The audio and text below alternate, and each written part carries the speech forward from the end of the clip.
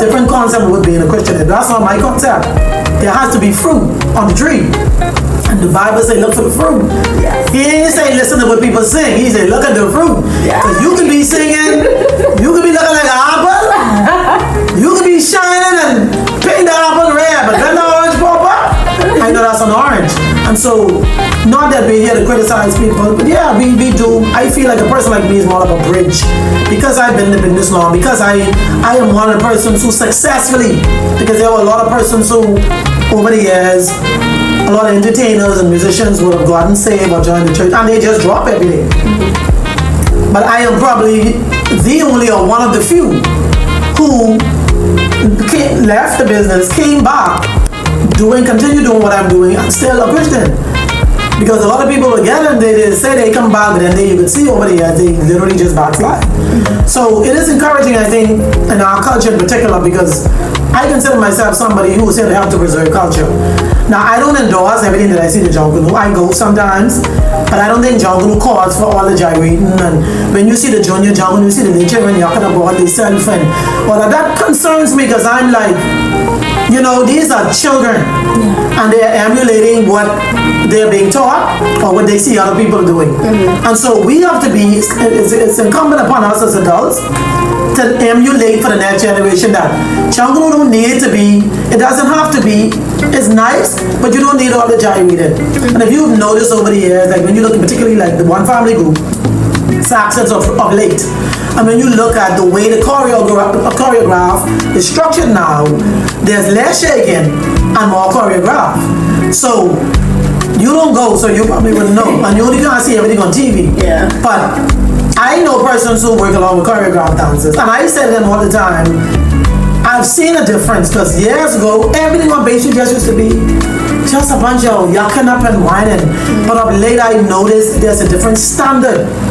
You still have it, but it's not as blatant, and I've seen where now choreograph, the leaders who choreograph these pieces and who put together these things, it's more of a choreograph, it's more dance. Just like how we do liturgic in the church, you got a jungle group who do liturgic on Bay Street. I'm not comparing it, but I'm saying the same way you do it there, if you could do it decent in the church, we don't need all the gyrating and stuff that we see, because that is not what we want to pass on to the next generation. We don't want them to believe culture is just wind up yourself and showing all your body parts and wearing loose clothes. That is not what my idea of it is. But if it was up to me, and I was in government and I had some say as to rules and regulation, I would make it cleaner. I would rule out certain things. That if you have junior jungle, we ain't encourage no children to be wind up on Bay Street. Let them get good moves, some good clean choreographs, moves that actually, it could be interpretive dance, but clean moves. Because it doesn't have to be all that. It hurt my heart when I saw a little 5-year-old sitting on Bay Street, winding up themselves and all that. And I ain't saying that to criticize or to judge anybody, but I'm just saying I get concerned, because I'm like, you know, we have to be careful of that as a country and as cultural people. We want the culture to continue, but it doesn't have to be dirty. Because that is. That really does. We ain't like Carnival and Trinidad. We ain't generally being afraid of people walking down Bay Street naked with just something covering their front, and then they pose as females or as a beach covering your front, and you know you're just naked on you know, like what we see at Carnival.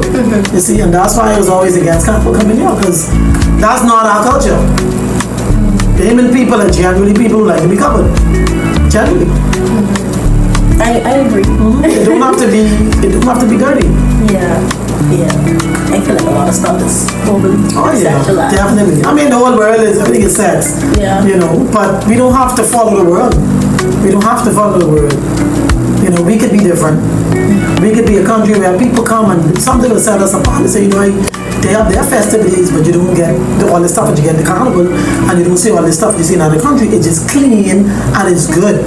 Because jungle is more than dancing, jungle is costumes, jungle is music. So you don't need to dilute it so much with all this overly. Nothing wrong with little whining and little, you know, little thing. Ain't nothing wrong with that. But all this kind on and chucking up and no, we can clean it up a bit. Yeah, you know? I totally agree. Yeah, man. Oh man. So I know that you have performed internationally. Such as at the Jazz in the Gardens Festival. What was that experience like for you, and what do you think it means for Bahamian artists to be featured globally? First of all, I mean, that was a privilege. I was the first Bahamian to ever be on Jazz in the Gardens. When these things happen, I just give glory to God, because I'm not a person who, I can't take credit for it because I don't know how it happened. All I know is, I know that I have a global anointing, and I know that I'm supposed to be crossing over borders. So when things start to happen like that, then I would say, yeah, okay, God, now things start to make sense. Because really and truly, when you get to perform on a Jazz and Gardens or an event like that, that is international and it's been around so many years, it opens up your mind, and you get to see what other countries do, and the standard. And the standard is so much higher than some of the things that we do here, because you know that when I was there, I know that sound check started at a certain time, and if you late, that's it. And if you come late to the show, you get cut. Yeah. Now I was late because they ran sound check late, and they didn't cut me because it wasn't my fault. But I appreciated the standard of the artists. I appreciated when you see the big names that you only see on TV, when you see Rick Ross and Trina, and you see these people pulling up in their Lamborghinis with their children and their parents, and you get to see all these rap artists, and not to say to glorify them, but these are the people who you don't see them on television. And then you find yourself, you behind stage, and these people right behind you, and you seeing them, and you could walk up to them and say hello. And it's a privilege to be a part of Jazz in the Gardens. And I think what it says, the next part of your question that you asked me, what does it mean for the Bahamas? I think it simply means that there are people who always have this mindset that jungle music and Bahamian music and cultural music ain't going nowhere. We always feel like we gotta change what we do and become somebody else and sound like somebody from another country in order for us to go international. And that's not the case. And let me tell you, when I hit that stage, the Bahamians over there and those who watched the videos and saw, they can tell you. If you talk to Tony Williams from 91.7 North, and you talk to persons from Bahamas here like Wilfred, the salesperson, and you talk to persons over there from Bahamas here and all the Bahamians who came to that show, because you had everything was R&B and everything was, that's more that mellow, slow. To have the jungle come in when it came in, those Bahamians were running from one stage trying to get to the other stage where I was, because it was just phenomenal. It was different and it was unique. And even the Americans who were there, and even the persons who came to the show, they could watch me on both screens. And some persons who were there were like, maybe, who was she? But when they saw the reaction from a lot of Bahamians were there. So when they saw the reaction, Bahamians leaving and running, trying to get to the other stage where I was, which was a smaller stage further to the back. These people were running, trying to get to the stage, and there was so much people there that some people didn't even make it. They just turned around and go back. And they had to watch me on the screen. Wow. But it simply means that we don't have to be like other people. God has made us unique. We are unique and indigenous to our country. Our culture is different. We are different. We speak differently. We act differently. We do things differently than anybody else in the world. And our music is different, and it's unique, and it's nice, and it's beautiful. So if I can go on Jazz in the Gardens in the midst of an R&B Jazz festival, and be the only Bahamian on there singing Drake and Straight and get the response I did, it simply means that we just need to stay the course. It means that as Bahamians, when you singing gospel, you singing inspirational, you singing reggae music, whatever you singing, let's not downplay who we are, because it is possible. And I think we're getting closer to the time where you will see more Bahamian artists going more international. And I'm talking about in numbers, not just 1 year. And another 40 years, another one, that one. It's disturbing. Because it's something that I spoke to God about. And I'm like, well, God, how is it that we could pull up a bunch of reggae artists and you type in on Google and you can see who are the 10 richest artists in America, who's the 10 richest artists in Jamaica, who's the 10 richest artists in Trinidad, and you could pull up names. So when you type in who's the first millionaire entertaining Bahamas, you can't pull up one. That's an indictment. So we have to continue to push to get our music beyond the Bahamas. And of course it's there because of YouTube. People can watch it internationally, but I'm talking about where the world will begin to love, and the world will now, we don't have to necessarily go over there to try to sell it to them. They can come here for it. And love it enough to go and buy it and spread it with their friends. So we can do it. else we can do. We gotta Especially in the gospel. Because gospel is easy to cross over with. That's true. You see? I feel like a lot of people, they start off in gospel. Well, a lot of people sound God because in the Bahamas everybody's go to church. And so if you go to church, it's just normal for you to sing in church. And then people matriculate and they sometimes don't stick with the church in some cases, which I think is an indictment of the church as well. Because I feel as if churches used to pay their entertainers, but not entertainers, but pay their musicians properly and pay when you have in gospel concerts. You can't be one give people $100, $200 and then call it a day. No, if I'm Sweet Emily and I'm singing a gospel song and you want me to sing, you should pay me the same thing I make on this, what you all call the other side. If anything, you all should pay more. But we'll do it for the foreigners. But we don't do it for the Bahamians. That's true. You see, so it's sad. But gospel artists should be encouraged as well to, if that's what you've been called to do, and God has called you just to do gospel, and that's what you love to do, and you feel fulfilled when you do that, then you can do your music and look at the artists that are making it internationally. You don't have to sound like Americans when you sing. You be Bahamian, but at the same time, find out the elements and get your music to the point where the production is good and it sounds good, so that when they hear it, they'll be like, "Who's that?" You know, we don't want the production to be poor, because you can be a good singer, but the music sound bad. Yeah. I really gotta Standard. Yeah. I guess I can ask you. Okay, what can fans expect, from you musically? Are there any upcoming projects? And is there any collaborations that you would love to pursue in the future? Okay. Now people can expect what they always expect from me. If you listen to my music, I wouldn't say compare my music with other entertainers, but when you listen to my music, I put a lot of effort in making sure that I get good production. And that was one of the reasons why I've always done well. Because I always choose producers to do my music who understand music and people who can give me the best product that I can possibly get. Because I want my music to be able to be played anywhere in the world and sound just as good as what's out there. I'm always working on projects. Anybody who know me, everybody know that they always say she's the hardest, one of the hardest working entertainers in the country, because I'm always recording. When some people pushing out one song a year, I'm pushing out 10 songs a year. I'm always recording. So I am trying to build a legacy so that when I die, I will be missed. People will say, just the lady who recorded 250 or 300 or 500 songs in a lifetime, and it would be to the point where there would be a mark that was made. People would have to admit that there was a legacy that was created because of the amount of music and the catalog that I have. And I have the largest catalog as any female in this country. Nobody has a larger catalog than me. I don't even get they singing gospel. None. And so, I'm not saying to be braggadocious, but I spend a lot of money and I invest. Some people buy property, some invest in cars, some people buy numbers, some buy raw. I spend on the studio and I put out music so that when I die, my children can live off my music. Because you can live off your music. Royalties. If somebody want to grab one of my songs and put it in a movie, that's money my children can make. When they die, my grandchildren can live off it. So what people don't understand is the business side of music is like real estate. It doesn't lose value. It always maintains the value. And especially if you have hits and you have classics that will last forever, people will always pay to hear them. People will always want to use them. Because I did a song, Bring Back the Good Old Days. All school children do that song. Because the song always talks about the old days in the Bahamas, when you couldn't do certain things that you can't do now. And all schools always use that as one of the songs that they always teach their students. And so I always try to do music that all of my music, any child can listen to my music. Any child. I go to schools more than anybody in this country. And the schools call me because they always say, your music is clean. You could sing your music, and some of these schools are Christian schools. I don't know where you singing these in their churches. Because they have the auditorium can be like that's their chapel. And they have a Bahamian day or cultural day, and all schools have cultural day or Bahamian day or Commonwealth day or something.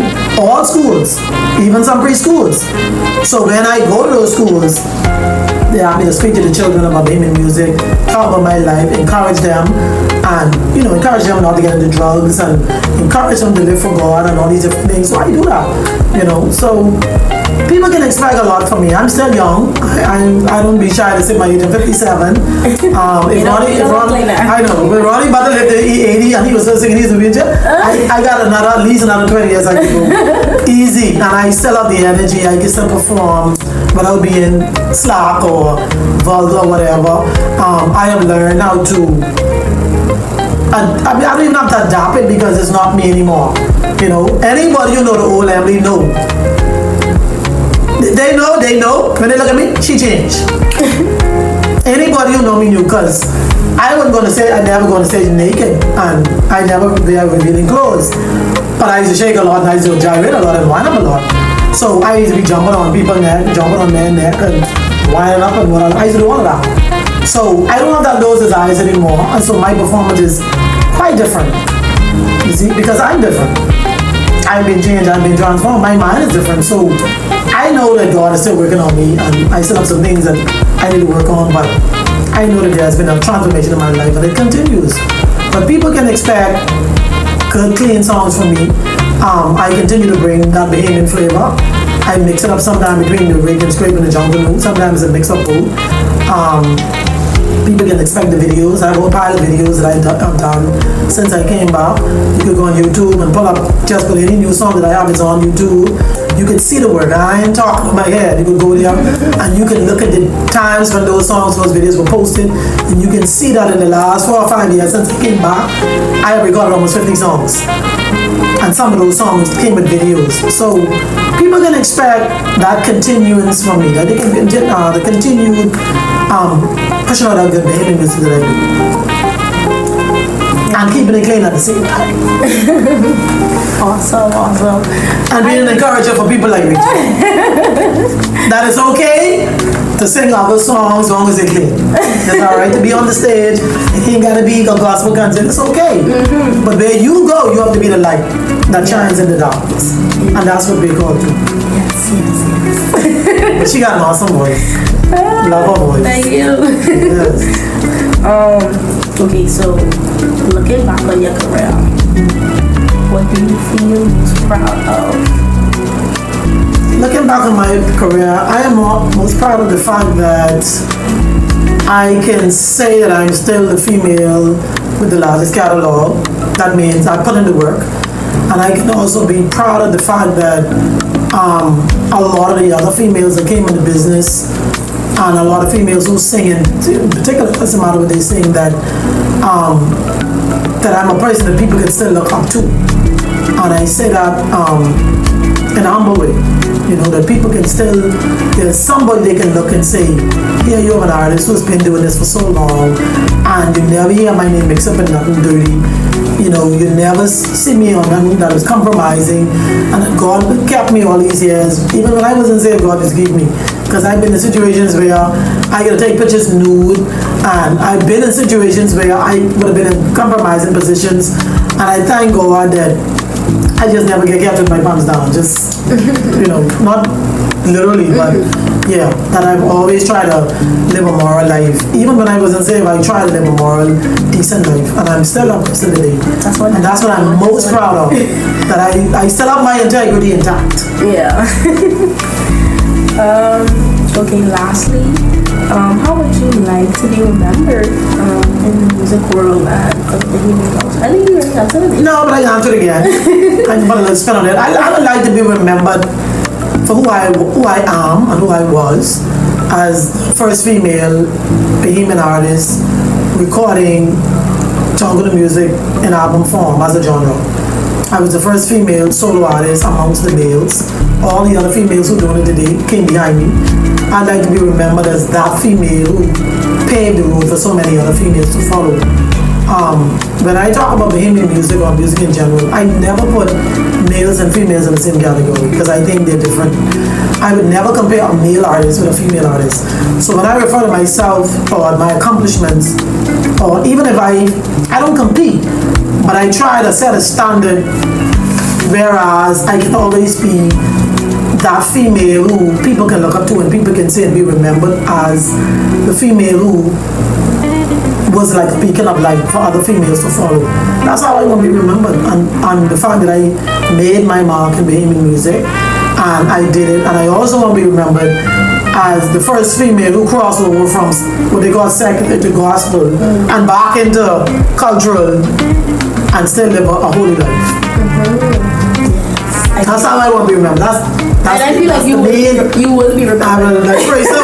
Because I don't want to go to hell and I don't want to miss God. So definitely I can do my best to make sure that happens. Yes. Yes. I mean, wow, that was very good. I really enjoyed talking to you and getting to know, a lot of your, I guess, your journey.